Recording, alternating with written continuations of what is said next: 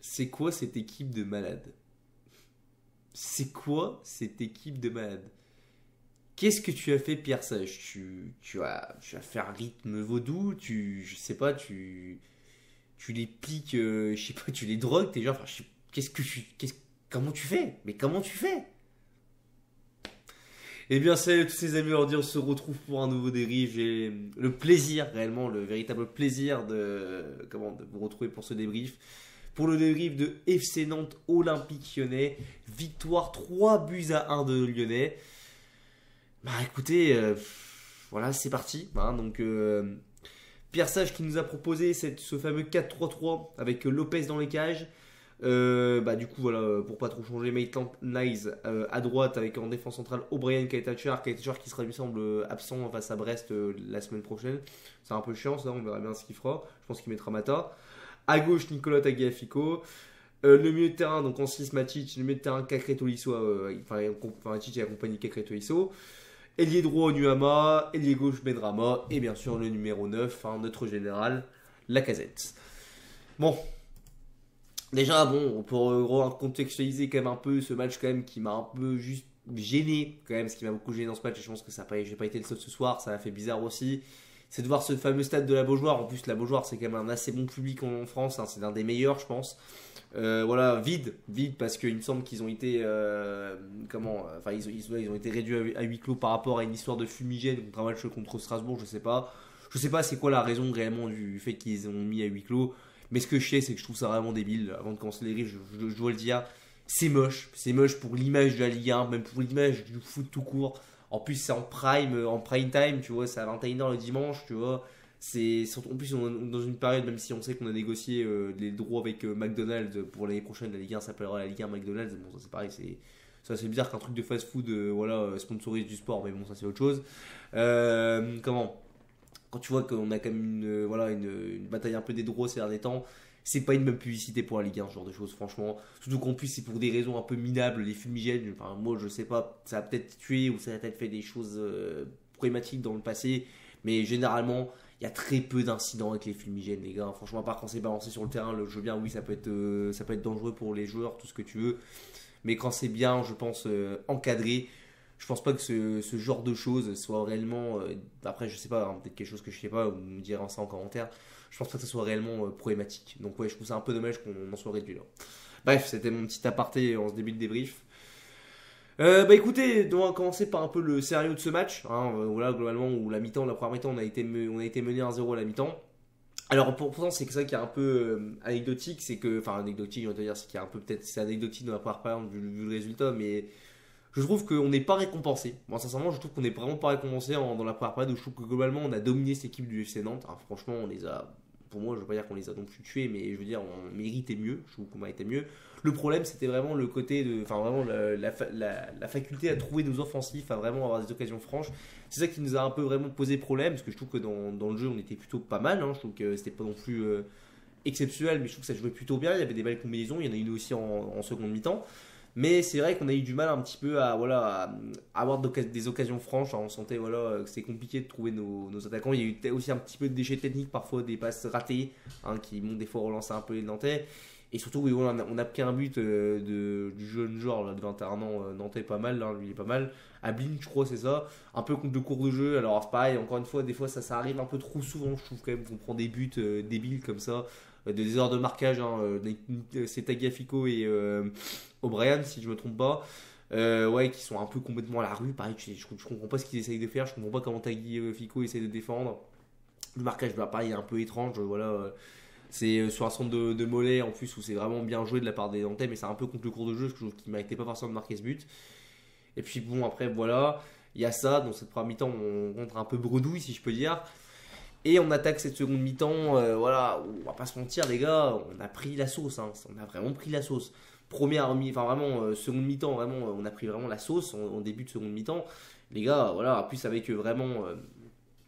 Il y a sûrement une petite polémique par rapport à ça, par rapport à l'espèce de faute de Lacazette là, avec le coup de coude sur je sais plus qui c'est quel joueur nantais, où il était en sang. Alors certains vont crier au rouge, moi je ne trouve pas qu'il y a rouge parce que tu vois très bien que dans les ralentis, en effet il le blesse assez gravement, mais c'est pas intentionnel. Et bon, c'est pas réellement. Bon, je veux dire, c'est pas non plus une faute non plus qui annule une action de but ou etc. Je trouve pas que le rouge réellement est nécessaire. Le jaune, il y était. Pour moi, ça a été bien arbitré. Il y a jaune pour ma part. Mais bon, tu vois très bien que Lacazette, il veut jouer surtout le ballon en priorité. C'est, voilà, il est lancé dans son élan. C'est aussi le joueur d'entrée qui jette aussi, il va au contact aussi, donc voilà, c'est aussi à lui d'assumer entre guillemets dedans. Donc je pense pas réellement qu'il y a vraiment rouge. Jaune, je veux bien, parce que franchement, il faut quand même dire, avec des mecs, même si c'est pas intentionnel, il y a quand même voilà, un geste assez dangereux, c'est non maîtrisé. Mais quand même, je trouve pas que ça vaille non plus jusque le rouge, je veux dire, le mec il l'a pas non plus assommé non plus. Bon, voilà, après, il a pas eu trop la chance, du coup il l'a pris dans le nez ou je sais plus quoi dans l'œil, c'est ça qui l'a fait saigner. Mais oui, ça aurait pu peut-être être rouge hein, selon certains arbitres, mais pour moi ce n'était pas rouge. Puis après, bon, du coup, je dis début de seconde mi-temps très compliqué, les gars, dans le jeu. On se fait globalement assez bouffer. J'étais vraiment déçu. Je me demandais, mais qu'est-ce qui vous arrive, quoi? Qu'est-ce qui vous arrive? Mais d'un autre côté, tu vois, je m'y attendais parce que je me suis dit, je connais trop cette équipe de Lyon. Tu sais très bien ce match-là. Tu sais que si tu gagnes, tu fais la meilleure opération de la journée. Je me dis, mais on a beau rêver ces derniers temps. On a beau voilà, en prendre plein les yeux, on croit même pas, on a l'impression qu'on rêve, tu es limite un peu en ce moment, quand on voit d'où on vient de tellement loin, on se dit oh, ils vont pas réussir à gagner quand même ce match qui peut potentiellement te faire jouer l'Europe via le championnat. Et ben si, c'est ce que je disais, voilà, qu'est-ce que Pierre Sage a fait, je sais pas, ce type n'a pas de diplôme, mais t'as l'impression qu'il a, je sais pas, qu'il a un bac plus 5, bac plus 7, bac plus 10, tout ce que tu veux en football, enfin tu vois, ça n'existe pas, mais t'as compris ce que je veux dire quoi. C'est incroyable. Alors encore une fois, on marque aussi, parce que bon, pour moi on marque un petit peu aussi d'une façon. Alors sur le but, c'est vraiment un but de Lacazette qui est vraiment en mode, je vais me dire renard des surfaces, c'est vraiment comment dire, c'est vraiment un but de charognard si on peut dire réellement, parce que le but vraiment, tu vois, qui marque en contrôlant le ballon. Alors l'action de jeu est très belle dans ce but, hein, franchement, la frappe, parce que c'est d'ailleurs je sais plus qui frappe, je crois que c'est Benrahma ou je sais plus, c'est Cherki il me semble. Franchement, je sais plus qui frappe en fait, non, je sais même plus qui frappe. Mais bon, je sais que voilà, c'est une frappe de Benrahma qui est contrée. Mike Fofana tire, d'ailleurs, qui rentre à la place de Nuama, du coup, donc oui, ça peut pas être Nuama. Fofana qui tire, c'est encore contré par le gardien de Lafont, qui est un très bon goal d'ailleurs, Albon Lafont. J'espère qu'il quittera Nantes pour sa carrière, parce que Nantes ça pue un peu comme ces derniers temps. Qui contre encore ce ballon, et après, t'as Lacazette qui arrive comme derrière. Et qui se jette un peu sous le ballon, ça contre le ballon, ça rentre dans le but. Enfin, bref, je sais pas comment expliquer ça comme ça, mais oui, rien fait. Un but de charognard, là tu dis, tu fais bon, on va peut-être réussir à sauver le match nul. On revient à 3 points de Marseille, c'est pas mal. Tu te dis c'est quand même pas mal. Bon, c'est dommage que tu dis que c'est Nantes, il y a largement moyen de te prendre les 3 points. Juste derrière, Malik Fofana, il est là, à mon avis, il y a une petite action, je sais plus qui fait la passe, Cherki, je ne sais plus qui fait la passe, décisif à Fofana. Il tire, voilà, il tente sa chance. Une frappe bien sec, ras du poteau quasiment. But 2-1. 2 minutes après ou 3 minutes après.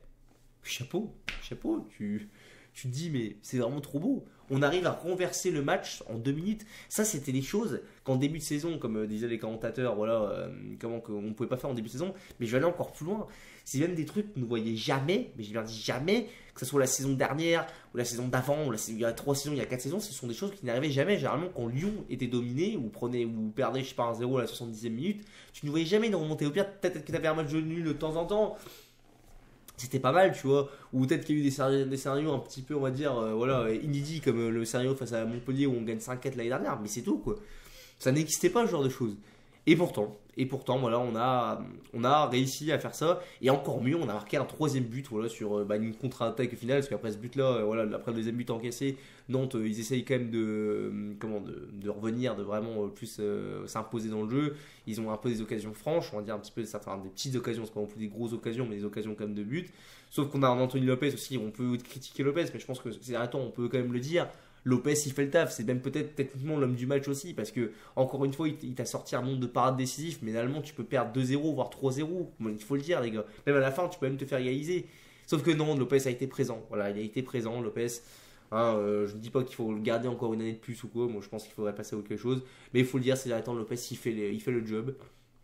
Voilà, après, on arrive sur une belle action aussi, sur une belle contre-attaque. Alors, d'ailleurs, pareil, encore une fois, je veux dire, franchement, j'ai des tops à mettre dans le match, mais c'est vrai que pour moi, c'est le top du match encore une fois, c'est Pierre Sage. Voilà, même si peut-être il se trompe un peu au début, peut-être que voilà, et encore, je trouve pas qu'il s'est vraiment trompé, je pense que réellement, c'est juste qu'on n'a pas eu vraiment de réussite en première période.